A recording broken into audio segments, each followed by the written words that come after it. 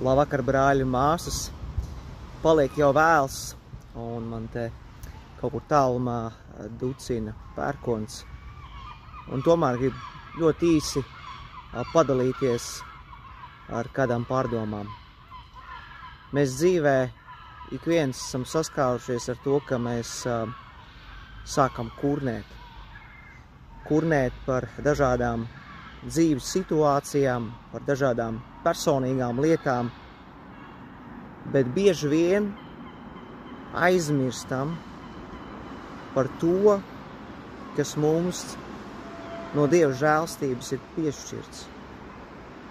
Un patiesībā mēs esam tik ļoti svētīti, ka mēs meklējam vēl kaut ko citu un aizmirstam novērtēt to, kas mums jau ir dots. Es nesaku, varbūt ir lietas, kas mums ir vajadzīgas, un pienāk īstais laiks mūsu dzīvē. Bet tajā pašā laikā mēs aizmirstam pateikties Dievam par to, kas mums jau ir dots. Un ne tāpēc, ka mēs būtu kaut ko pelnījuši, bet tāpēc, ka Dievs ir uzticams. Tāpēc, lai Dievs dod, ka mēs dzīvojam ar pateicību Dievam par visām tām lietām, kas mūsu dzīvēs ir piešķirtas caur viņa žēlstību. Jo daudz, kas tavā vai manā dzīvē, kas mums ir dots, es pieļauju, ka citiem nav.